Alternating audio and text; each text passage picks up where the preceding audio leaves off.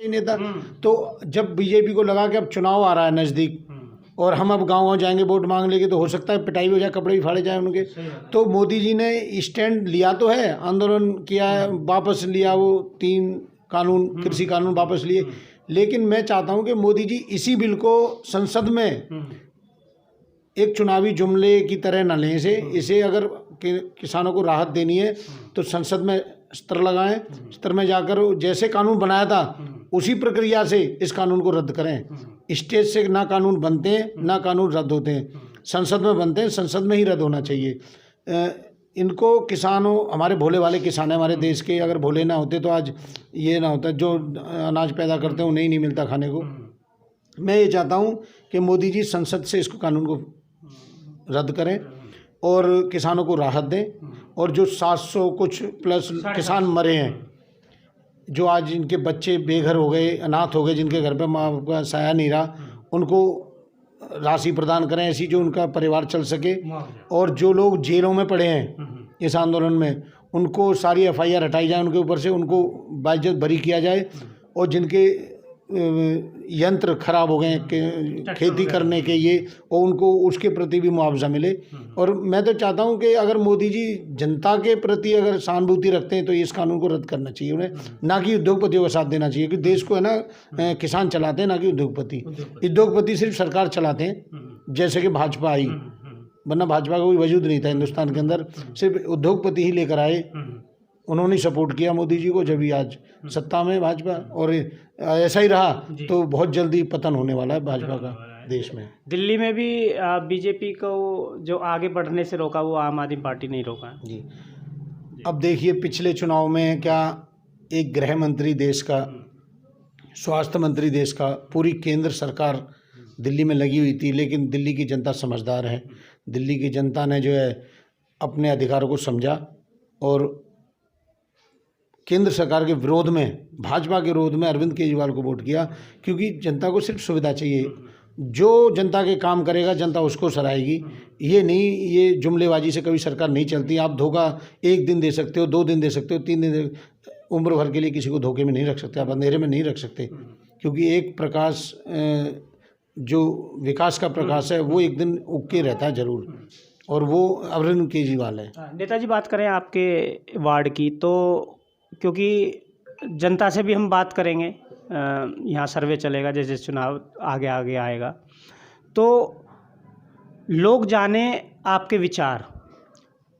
यदि जनता आपको अपना प्यार देती है और आप चुन के रहते हैं, तो चुनाव जीतने के बाद आपका पहला कदम क्या होगा? पहली ऐसी विकास योजना या समस्या जिस पे आप काम करेंगे?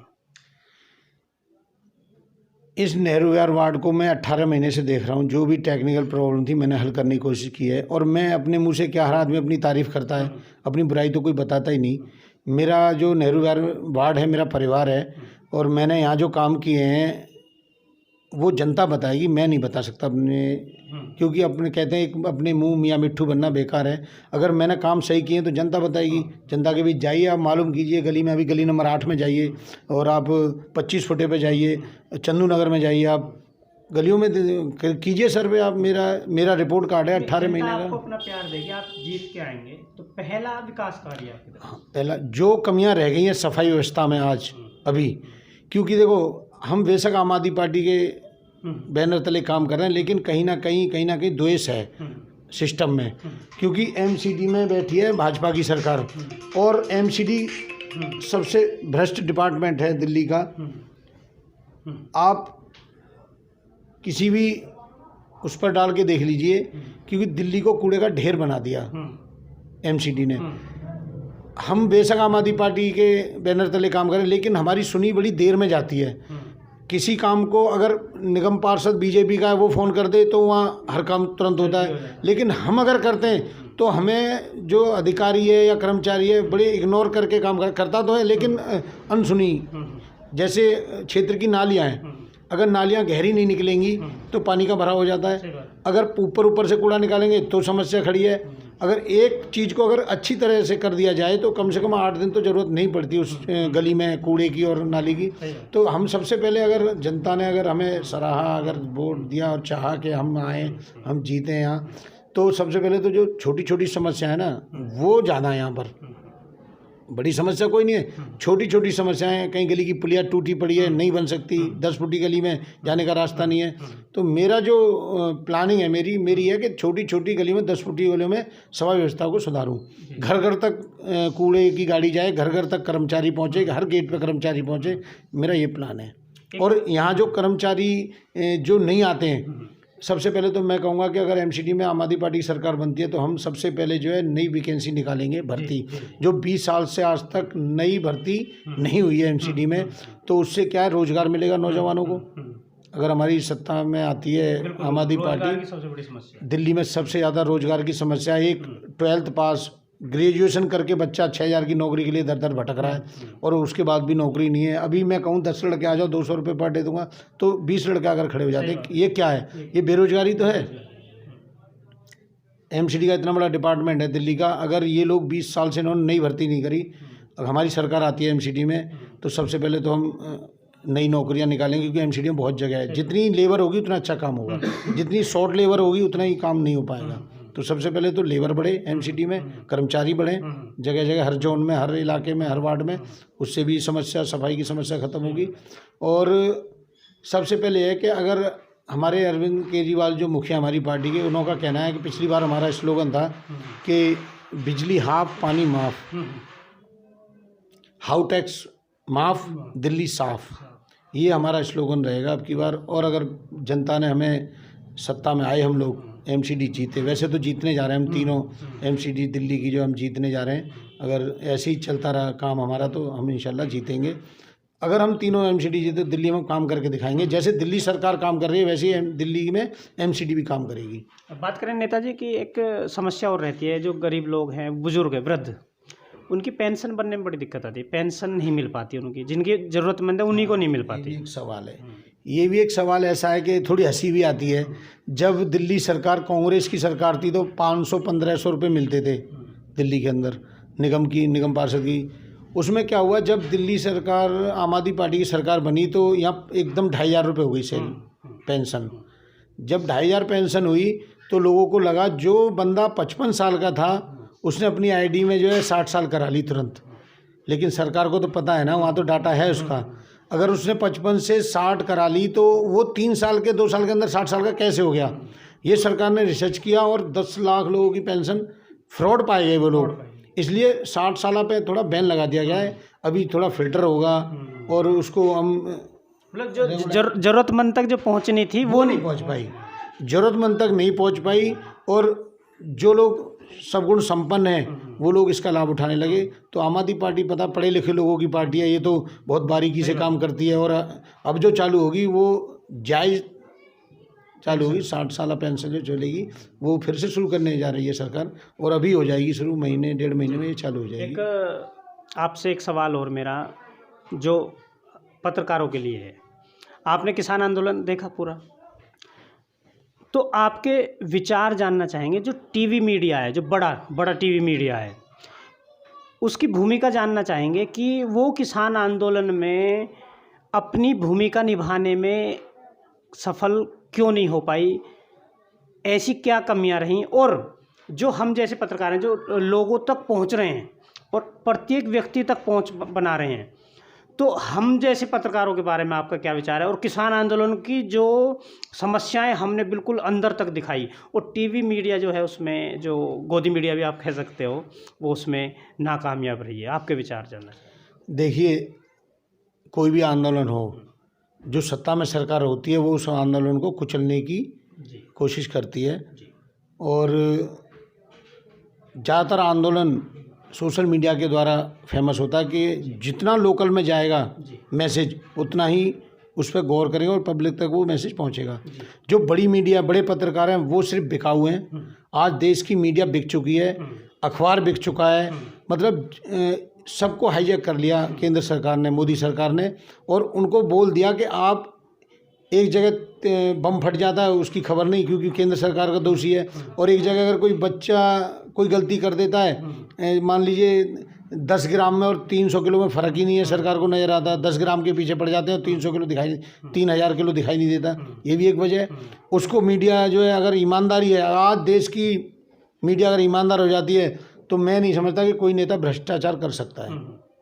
जैसा आपको पता है कि बड़ी मीडिया ने किसान आंदोलन को बिल्कुल दिखाया नहीं और या दबाने की कोशिश की गई, उसके नेगेटिव ही दिखाया कि ये तो खालिस्तानी हैं, पाकिस्तानी हैं, चाइना के एजेंट हैं, टुकड़े टुकड़े के। लेकिन जब टिकैत जी रोए तो ऐसे में हम जैसे पत्रकार किसान आंदोलन में कूदे और जो हकीकत थी वो दिखाई और जनता तक पहुंची, और फिर एक चिंगारी मिली किसान आंदोलन, और वो किसान आंदोलन एक कामयाबी के शिखर पर पहुंचा।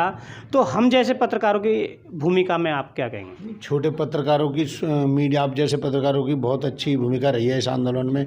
और इस आंदोलन में क्या आप जैसे पत्रकारी क्षेत्र की समस्याओं को अपने चैनल द्वारा, अपनी जो साधन है इसके द्वारा दिखाते हैं। ये बहुत बड़ा एक सहयोग है आप लोगों का कि अंदर आकर आप छोटी छोटी कॉलोनी में, जैसे यहाँ आए आप, इस कॉलोनी की समस्या कौन आता है यहाँ? बड़ा पत्रकार आता नहीं, सब बैठे बड़े बड़े चैनल लेके, नहीं आता कोई भी।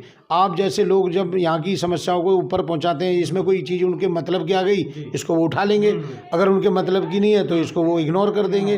तो आप जैसे जब तक पत्रकार हैं, जब तक ये गरीबों की आवाज़ उठती रहेगी और पहुँचती रहेगी सरकार तक। तो मैं चाहता हूँ कि ज़्यादा से ज़्यादा आप लोग काम करें, सोशल मीडिया का प्रयोग करें, ये साधन सबसे बढ़िया है। और मैं तो अपने देश की जनता को भी कहूँगा कि सोशल मीडिया के द्वारा ही अपनी समस्याओं को रखें, जिससे कि देश की सरकार जागे। एक नेताजी, आपसे एक संदेश और चाहेंगे कि आप बोलें कि हम जैसे जो पत्रकार हैं वो निस्वार्थ काम कर रहे हैं। किसान आंदोलन में 380 दिन हमने भी कवर किया और हम जैसे और पत्रकारों ने भी कवर किया, निस्वार्थ किया, कोई फाइनेंशियली सपोर्ट नहीं थी।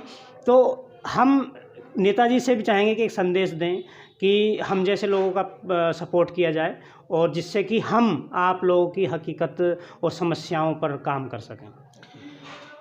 देश में हज़ारों पत्रकार हैं छोटे छोटे, जिसमें जितना टैलेंट होता है वो उतनी कामयाबी पाता है। तो मैं तो सरकार से कहूँगा कि जो टैलेंटेड पत्रकार है, जो अच्छा प्रपोज कर सकता है, अच्छा दिखा सकता है, अच्छा समस्याओं को पहुंचा सकता है सरकार तक, उनको सरकार सराहे या उनको कुछ मदद करे, आर्थिक मदद करे उनकी, और उनको ऊपर ले उन पे ऐसे पत्रकारों को कि भाई आओ आप और हमारे लिए काम करो। मैं दिल्ली सरकार से भी आग्रह करता हूं कि दिल्ली सरकार ऐसे पत्रकारों को अपने जरिए, भाई केंद्र सरकार तो नहीं करेगी क्योंकि छोटे पत्रकार कभी किसी की चापलूसी नहीं करते, बिकेगा ही नहीं। बिकते तो बड़े लोग हैं, छोटा तो कोई बिकता ही नहीं है। और जब तक छोटे लोग हैं, छोटे गरीब लोग हैं, जब तक सरकारें बनती रहेंगी, अच्छी ईमानदार सरकार आती रहेंगी, जैसे आम आदमी पार्टी आई है दिल्ली के अंदर। आज भी लोगों को ईमानदारी पसंद है, लेकिन ईमानदार सामने वाला बने तो सही, कम से कम अपनी ईमानदारी तो दिखाए। ऐसा नहीं है कि ईमानदारी खत्म हो गई, ईमानदार को आज भी लोग सराहते हैं, आज भी ज़रूरत है ईमानदार आदमी की। अगर नेता ईमानदारी से काम करता है तो कोई माई का लाल हरा नहीं सकता उसको क्षेत्र में। तो दोस्तों, आपने सिराजुद्दीन जी को सुना। ऐसे ही लोगों की राजनीति में ज़रूरत है, क्योंकि भ्रष्टाचार तो आप देख ही रहे हो, हर जगह भ्रष्टाचार है।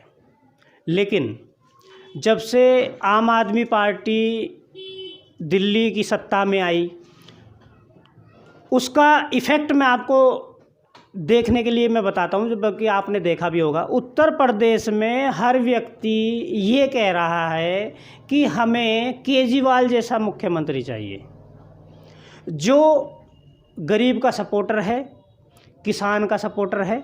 और किसान आंदोलन में भी देख लिया, केजरीवाल जी ने किसानों को बहुत ही तन मन और धन से पूरा ही सपोर्ट किया, क्योंकि गरीबों की आवाज़ उन्होंने उठाई है। एक उत्तर प्रदेश से भी आवाज़ आ रही है कि आम आदमी पार्टी यदि दिल्ली में इतना विकास कर सकती है, स्कूलों की हालत जो बिल्कुल ख़राब थी, खस्ता थी, उसको इन्होंने ऐसा कर दिया कि प्राइवेट स्कूल उसके सामने फेल हैं। बात करें स्वास्थ्य की, हॉस्पिटलों की जो हालत पहले ख़राब थी, डॉक्टर टाइम पे नहीं आते थे, या पेशेंटों को, सभी पेशेंटों को नहीं देखते थे, टाइम से पहले उठ जाया करते थे। उन सारी समस्याओं को केजरीवाल जी ने दूर किया है। एक सबसे बड़ी अच्छी बात मैं पर्सनली अपने तौर पर कहना चाहता हूँ, किसी व्यक्ति का रोड पर एक्सीडेंट हो जाया करता था, वो बिना इलाज के वहीं रोड पर मर जाया करता था। लोग उसको उठाते नहीं थे कि कहाँ पहुँचाएँ तो हमारी जिम्मेदारी हो जाएगी। लेकिन केजरीवाल जी ने जो, देखो मैं हूँ, मैं भी रोड पे गिर सकता हूँ, एक्सीडेंट हो सकता है, तो हम जैसे लोगों के लिए ये कर दिया कि आप किसी भी हॉस्पिटल में पहुंच जाइए, बड़े से बड़े, जहां जान बच जाए, आपको कोई सिंगल पाई, 1 रुपया इलाज के लिए नहीं देना है, वो दिल्ली सरकार देगी। ये आज तक पूरे हिंदुस्तान में किसी मुख्यमंत्री ने आज तक नहीं किया। तो देश को ऐसे ही मुख्यमंत्री और ऐसे ही प्रधानमंत्री चाहिए। मैं अपने प्लेटफॉर्म से कहना चाहूँगा कि अगर ऐसा ही चलता रहा तो एक दिन केजरीवाल जी इस देश की सत्ता पर भी बैठेंगे और ये देश विकास करेगा, और गरीब, जो देश का गरीब है, वो भी विकास करेगा। मैं इन्हीं शब्दों के साथ आप सबका धन्यवाद करता हूँ। नमस्कार, जय हिंद, जय भारत, जय जवान, जय किसान।